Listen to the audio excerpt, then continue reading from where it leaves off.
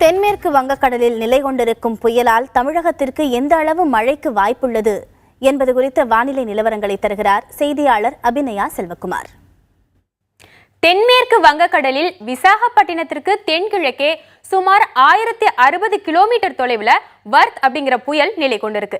இந்த புயலானது அடுத்து வரும் தினங்கள்ல தெற்கு ஆந்திர கடற்கரையை நோக்கி நகரும் அப்படின்னு எதிர்பார்க்கப்படுது.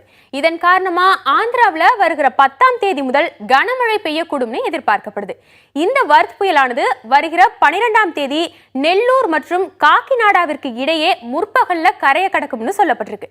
இதன் காரணமா தமிழக மீனவர்கள் யாரும் ஆந்திர கடற்பகுதியில மீன்பிடிக்க செல்ல வேண்டாம்னு அறிவுறுத்தப்பட்டிருக்கு.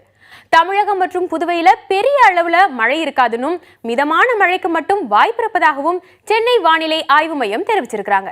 சென்னையை பொறுத்தவரை வானம் மேகமூட்டத்துடன் காணப்படும், ஒரு சில இடங்கள்ல லேசான மழை பெய்ய வாய்ப்பு இருப்பதாகவும் சொல்லப்பட்டிருக்கு. இதுதான் இன்றைய வானிலை நிலவரம்.